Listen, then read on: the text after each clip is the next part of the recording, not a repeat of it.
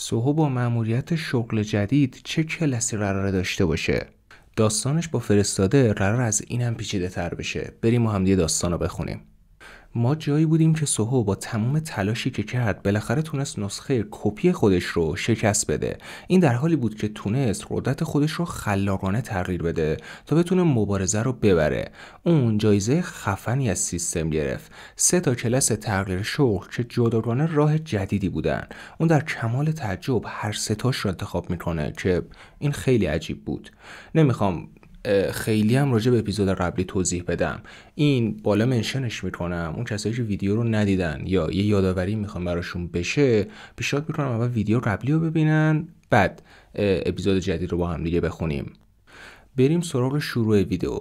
داستان جایی استارت میخوره که برو همینطوری داره اشک میریزه. اسیل میگه 3 روز گذشته ولی خبری از ارباب جوان نداریم. برو میگه کروکودیل ارباب جوان حالش خوبه مگه نه؟ وضعیت جوری شده تو دنیای بیرون که آمود که اصلا هیچ صدایی ازش در نمیاد بالاخره به حرف میاد. میگه انتظار نداشتم انقدر ازش بیخبر باشم. شاید یه اتفاقی براش افتاده. یهو جری زودتر متوجه میشه یکی داره میاد. همون لحظه است که سوهو از دروازه میاد بیرون. میگه شما حالتون خوبه؟ چه خبرها؟ همه همینطوری مات دارن نگاش میکنن.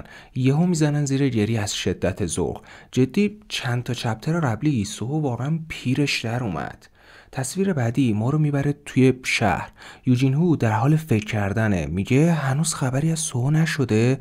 ووجین چهول جواب میده شرمندم، اما انجمن شکارچیان هیچ اطلاعاتی از کسی که شبیه اون باشه نداره. جو فعلی توی انجمن شکارچیان خیلی خوب نیست. خیلی ها فکر میکنن لی میسون توسط سوهو کشته شده. یهو یوجین هو فریاد میزنه امکان نداره سوهو کسی رو بکشه. جواب میده منم فکر نمی‌کنم این کارو بکنه. سوهو احتمالاً با ایساریم که شما بهش اشاره کردید ارتباط داره. این از کجا ایساریم رو میشناسه؟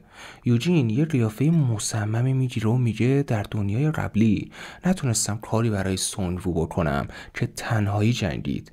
نمیذارم سوهو تنهایی بجنگه. یهو همین حین یه پیام هشدار برای چئول میاد. وقتی میبینتش با خودش میگه چند بار این اتفاق افتاده. انجمن شکارچیان ولی باید بهش رسیدگی کنه. باورم نمیشه یه سیاهچال دیگه طغیان کرده. میریم پیش همین جنجالی که سر فروپاشی سیاهچال ایجاد شده. هیولاها دوباره ریختن تو شهر. هیولاهای عجیبی هم هستن. یه سری شکارچی جلوشون در میان. یهو یکیشون یه مشت خیلی بد میخوره. همینطوری یکی یکی کشته میشن. از اون طرف فرستاده یه جا نشسته. میگه این خیلی خسته کننده است. برای پیوستن به هسته مرکزی انجمن شکارچیان به دستاوردهای واقعی نیاز دارم. هرچی آسیب بیشتر باشه بیشتر راجبش صحبت میشه و برام دستاورد بیشتری به ارمغان میاره. این چیزی بود که یاد گرفتم. انسان‌ها موجودات خاصی هستن. فقط یکی رو که راجبش صحبت شده به یاد میارن. حتی به خودشون زحمت نمیدن. شکارچیان که اول توی صحنه حاضر شدن و مردن رو به یاد بیارن. یهو بعد این حرف یه شکارچی به یکیشون حمله میکنه و زخمیش میکنه. میگه همه برید پشت من. بقیه شکارچی‌ها خوشحال میشن. یکی میگه نجات پیدا کردیم. این شکارچی رتبه بی هوان جان هیونگه. همینجاست که فرستاده خودش رو دخالت میده. انگشتاش رو میذاره روی همدیگه و میگه رتبه بی خوب نیست. باید شرش رو کم کنم. این صحنه برای درخشیدن منه. یه اون هیولا چشماش زرد میشه و تسخیر میشه. این قدرت فکر میکنم جوریه که قدرت فرستاده هم باش ترکیب میشه، چون با یه ضربه اون شکارچی رو میکوبونه به دیوار. با خودش میگه چی؟ قدرت جادویی هیولا یه دفعه افزایش پیدا کرد. چندتایی با هم به قدری بهش ضربه میزنن که فکر کنم هیچی ازش نمیمونه. بقیه شکارچی‌ها رنگشون میپره وقتی این صحنه رو میبینن و بله وقتی میبینیمش متوجه میشیم ترکید با اون ضربه. یکی از شکارچی‌ها داره میلرزه. با خودش میگه گندش بزنن. شانس آوردم یه پول قلمبه به دست آوردم تا بتونم پام رو درمان کنم و یه سلاح جدید بخرم.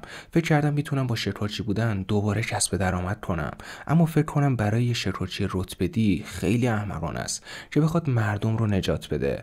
و ویویی که داره 3 از اون هیولاهاست بالای سرش. تقریبا میشه گفت که یه قدمی مرگه، ولی یهو یکی دخل یکیشون رو میاره که قیافش خیلی آشناست. شروع میکنه برگر رو هم جر و جر میکنه. حاج سهو وارد مبارزه میشه. فرستاده دیر اومدی، فرصت رو از دست دادی. اون شکارچی که شلوار خودش رو خیس کرده بود میگه اون ماسک، اون مرد جوان که به تنهایی وارد دروازه شد، شنیدم اون رتبه دی هستش، ولی به راحتی تونست اون هیلا رو بکشه. سهو چهره خفنی به خودش میگیره، میگه فرصت خوبیه که مهارتایی رو که از مأموریت پیشرفت گرفتم امتحان کنم. برخیز. موفق میشه احضارشون کنه. دورش حاله سایه زیادی جمع میشه. حاجی یه چیزی فکر کنم قبلا سهو حاله‌ای که استفاده میکرد، یعنی برای احضار، حاله آبی رنگ و مشکی بود، ولی الان این حاله مثل جینوو بنفشه و فکر کنم به خاطر اینی که قوی تر شده، یا اینکه شاید هم سر اون کلاسیه که برای تغییر شکل گرفت، یعنی اون سومیه شکل گرفت، اون سومیه که چند تا علامت سوال بود، احتمالاً برای همونه، یه چیز جدیده. یهو میاد با قدرت سایه برای اون زره میسازه، برای بقیهشون هم همینطور. چرا آخه؟ برو متعجب مونده، میگه ارباب جوان دیگه میتونید تبدیل سایه رو برای دیگران هم استفاده کنید؟ سهو جواب میده این مهارت تبدیل سایه نیست، در واقع توی دسته‌بندی آیتم هاست. سلاحی که سهو براشون ساخت رو سیستم بهمون توضیح میده. شمشیر سایه جنگجو ناگا، رده معمولی. بعدی دستبند سایه، اونم رده معمولی. آخرین شمشیر رده کمیاب رو داره. تاثیر مهارت، تقویت ضربه کاری در حمله و نادیده گرفتن 10% دفاع. برون نمیتونه این قضیه رو هضم کنه. میگه اون از سربازان سایه برای ساخت آیتم استفاده کرد، حتی ارباب سایه هم از این توانایی تا حالا استفاده نکرده. پس ارباب جوان بعد از پیشرفت اینجوریه. این قدرت غیر طبیعی سایه سفیده. سهو به شکارچیه میگه اگه هنوز میتونی بجنگی، قدرتت رو در اختیارم میذاری؟ کنارشون هیلاها دارن میان سمتش. صحنه خفنی ساخته شده. اون بالا داره فرستاده میبینتش، میگه بالاخره ظاهر شدی. توانایی جدیدت کاملا با قبلش متفاوت. سونگ سهو، این با تاریکی که به تنهایی با قدرت خودش جنگید متفاوته. یه تصویری از سهو میبینیم که قطعا یکی از با ابهت ترین تصویرها داخل مانهاست. سیستم نشون میده که اون لولش 42، کلاس سایه سفید. توی پیام بعدی میگه که سایه‌ای که برای ساخت آیتم استفاده میشه دوباره نمیتونه برگرده به حالت سرباز خودش. توی تصویر بعدی رندوم ترین تصویر ممکن رو میبینیم. یهو میریم هند پیش اتحادیه آسورا. یهو یه انفجار رخ میده. اون شکارچی که توی سیاهچال مصر پیش سهو بود، یادتونه؟ اون زخمی رو زمین میافته، زمزمه میکنه و میگه سهو من رو ببخش که اینجوری جواب خوبی تو دادم. بعد این حرف یکی همینطوری قدم برمیداره و میگه داری میگی کسی که آدم من رو کشته توی کره هست ها؟ این چیه دیگه؟ میبینیم که توماس آندرس ادامه میده میریم کره. هیچ وقت کسی که به چیزی که مال منه دست میزنه رو نمیبخشم. قراره فایت سهو توماس آندره رو ببینیم. پشمام. داخل تصویر بعدی داستان آسمون صاف و ساده است. میبینیم که یه سیاهچال خیلی بزرگ اونجا ظاهر میشه و یه خانوم ازش میاد بیرون. درست متوجه شدم نکنه چاهای اینه، پشتشم کایسله. از پشت واقعا خیلی شبیه چاهایه. داستان واقعا داره جذاب میشه. اینجا دقیقاً جاییه که چپتر 47 تموم میشه. بریم بعدی. جایی شروع میشه که شهر بدجور به هم ریخته. سهو در حال مبارزه با این جونوراست. همینجوری تک تک داره میکشتشون. چرا تموم نمیشن؟ با خودش میگه همه رو با یه ضربه کشتم. واقعا نمیتونم بفهمم که چرا قوی تر شدم. به اون ور یه نگاه میندازه، میبینه اون شکارچی ها هنوز درگیرن. اون یکی شکارچی عشقی داره با خودش میکنه. میگه زره سیاه به دست آوردم و بدنم سبکتر شده. با این منم میتونم هیوله ها رو بکشم. یهو به یکیشون حمله میکنه. سوهو انگار داره شاگرد تربیت میکنه. با خودش میگه انقدر داره خوب میجنگه که گمونم به کمک من نیازی نداره. انگاری کالای سایه آمار وضعیت شکارچی‌ها رو بیشتر میکنه و قوی‌تر میشن. میگه برخیز. بقیه هیوله ها رو هم احضار میکنه. ادامه میده خلق سایه مهارتی که با مأموریت تغییر شغل اخیرم به دست آوردم. بهم اجازه میده تا از سایه ها برای خلق کالاها استفاده کنم. مواردی که لازم دارم رو از اطلاعات سرباز سایه پیدا میکنم و اونها رو از هم باز میکنم و جوری که میخوام دوباره میسازمشون. برمیگردیم به زمان حال. این شاتی که میبینیم ما رو یاد آخرای خود مانهای سولو لولینگ نمیندازه؟ البته آخرای آخرا نه، جایی که جینوو خودش تبدیل به سایه شد. حالا پسرش مهارت یاد گرفته که از لول 42 داره این کارو میکنه. بریم ادامه داستان. سیستم سلاح جدید رو معرفی میکنه. محافظ شانه جنگجوی نارا، رنگ نایاب. دستش‌هاش دقیقاً خود دستش‌های حالت سایه جینووه، کاملا مشخصه. با خودش میگه درجه هایی که از هر کالا میسازم متفاوته. زرهی که بهش فکر میکردم همش از درجه نایاب ساخته شده بود، ولی درجه دستشی که به زور ساختم معمولی شد. یعنی باید کالاها رو طبق موارد لازم برای درجه های بالا بسازم؟ مهارتی که داره، یعنی ذخیره کالای سایه، نیاز به مانا نداره و هر موقع بخواد میتونه اون سلاح‌ها رو احضار کنه و جذبش بشن. ادامه میده سیستم. وقتی کاربر به کالای سایه نامی خاص بدهد به یک سلاح قابل ارتقا تبدیل می شود، قابل استفاده بر روی کالاهای سایه قهرمانان و رو به بالا.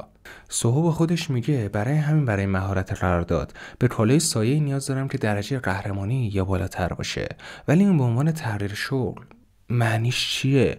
رنگ سایه هم رو هم که سفید نمیکنه. همون لحظه بقیه ناروها بهش حمله میکنن. تا میخوام برسن یهو فرستاده از اون بالا میاد پایین و فقط با فرود اومدن ساده رو سر یکیشون میکشتش. سوهو جا میخوره.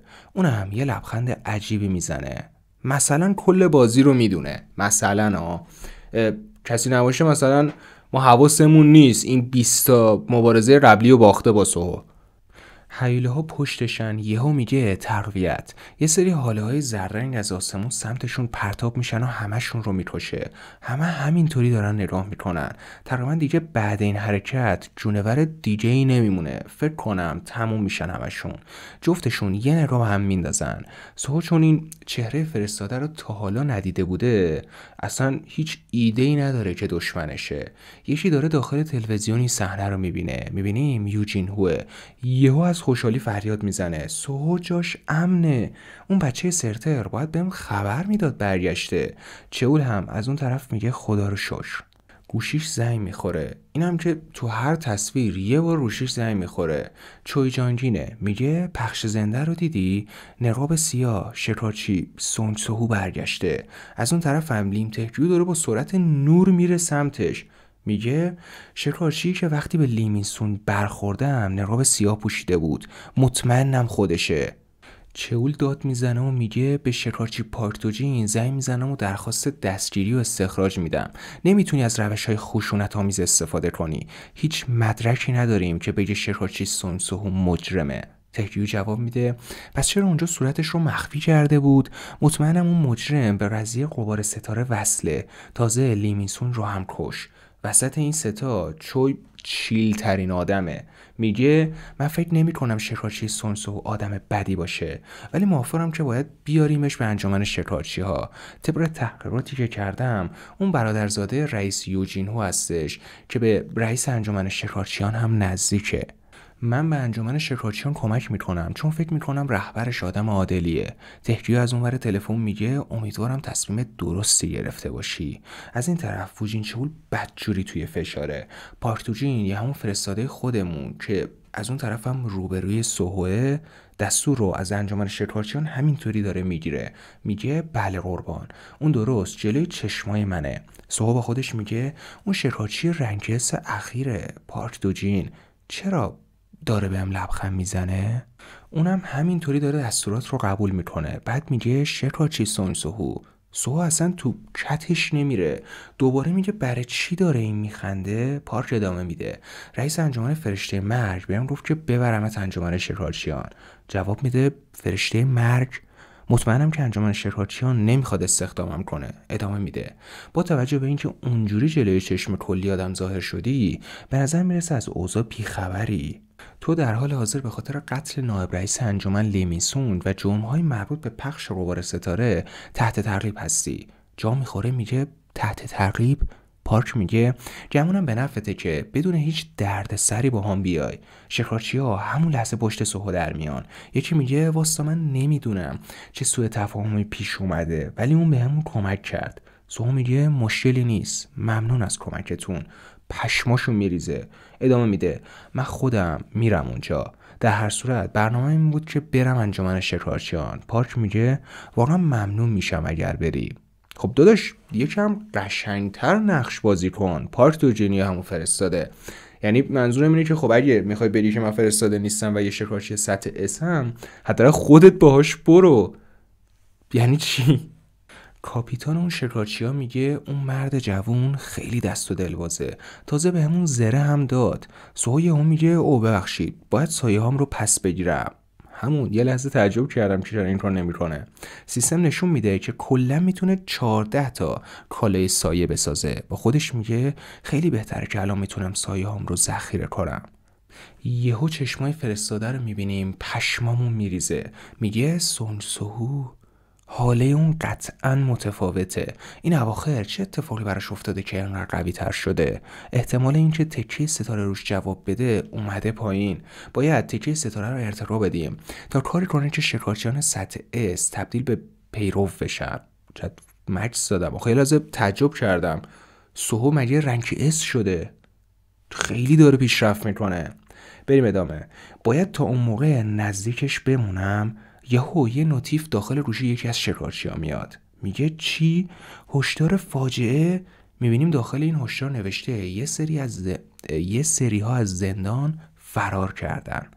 500 تا شکارچی سطح C تا B هستن، مواد مخدر بیداری غیرقانونی مصرف کردن و ما به کمک شما شکارچی‌های این محدوده نیاز داریم. یهو سوها که متوجه شده وای میسته. میگه احیانا غبار ستاره مواد مخدر غیرقانونی نیست؟ پارک میگه غبار ستاره؟ جلوتر وای میسته. سوها ادامه میده هست مگه نه؟ باید جلوی فراری ها رو بگیریم. جواب میده شکارچی دیگه اونجا هستن، نیازی نیست تو بری. ادامه میده اگه قرار شکارچی دیگه اونجا باشن و غبار ستاره استفاده کرده باشن تعداد اونا کافی نیستن. اگه همین الان نری به انجمن شکارچیان درد سر میشه. پارک عصبی میشه و میگه پس بریم درد سر بسازیم. یهو برمیگرده تا داستانشه. میبینه اون به حالت دومش تبدیل شده. میگه بیا فقط بریم، من سعی کردم جلوی شکارچی سونسوهو رو بگیرم اما شکست خوردم. سوها جواب میده ممنونم، منم حتما بعدش میرم انجمن شکارچیان. فعلا یه جامپ میزنه و از ساختمونا میپره و میره. فرستاده با خودش میگه راستش این خوبه، میرم ببینم چرا قوی تر شده. داخل تصویر بعدی داستان میبینیم آژیر خطر به صدا در اومده. کلی آدم رو میبینیم که کشته شدن و زندانی که دیوارش خراب شده و کلی بیدار شده فرار کردن. یکی میگه یا خدا انسان‌ها چقدر بیرحمن. فکرشو بکن اونها سنگ مانا تو گردنبندهامون کار گذاشتن تا بکشنمون. شماها موافق نیستین؟ چه زندانی های گولاخی هم هستن. گردنبندها رو میندازن زمین. ادامه میده ما فقط با استفاده از قدرتی که بعد از فاجعه به دست آوردیم به چیزی که میخواستیم رسیدیم. ولی انجمن شکارچیان ما رو محکوم و اینجا حبسمون کردن. من که میخوام برم از انجمن انتقامم رو بگیرم. صدها بیدار شده سطح B تا D اینجا هست. برین کینه لبریز و سرکوب شدهتون رو خالی کنین. بیاین نتیجه خشممون رو بهشون نشون بدیم. این فروپاشی سیاهچاله. قیافه طرف چقدر آشناست. نوشته دیگه همون داداش هواندون سئوکه. اینو جینوو فصل 1 انیمه، فصل 1 خود انیمه سولو لولینگ کشتش بلش رو. حالا اینجا چه شاخی شده و دقیقا همینجاست که ویدیو تمومه. خیلی ممنونم که این ویدیو رو تماشا کردید. هر سوالی که راجع به این مانها داشتید بپرسید تا با هم دیگه جوابشون رو بدیم. این ویدیو یه جاهایش یه ذره عجیب بود. مثلا اون زنه که یه دفعه اومد که پشتش هم یه اژدها بود، چاهایی بود و اون اژدها هم کایسل. داستان واقعا داره جذاب میشه. چپترهایی که امروز با هم دیگه خوندیم چپترهای 47 و 48 بودن. از طرف دیگه نم داریم واقعا سولو لولینگ راگناروک رو هم تموم میکنیم. با اینکه نویسنده گفتم هر هفته داره فکر کنم یه چپتر میده، شاید وقتی برسیم به چپترهای مثلا 57 58 یه نمه روند سولو لولینگ راگناروک هم کنتر بشه. اصلا به همین خاطر بود که من ریاکشن به انیمه رو گذاشتم 2-3 روز پیش، ولی خب شاید اونقدری دوستش نداشتین، یعنی دیدینا ولی خب هم بازدیدش کمتر بود، یعنی من دوست نداشتین. ولی خب هر پیشنهادی، یعنی هر چیزی که فکر میکنید دوست دارید، من اینجا پیش شمام، یعنی من برای شماها ویدیو میسازم عزیزای دل. چیزی که فکر میکنید دوست دارید داخل کامنت ها با هم دیگه به اشتراک بذاریم، بگیم بهم تا بتونم اون چیزی که حال میکنید رو براتون بسازم. در آخر حرف دیگه ای نمیمونه، تو کامنت ها منتظرتونم و خیلی مخلصم.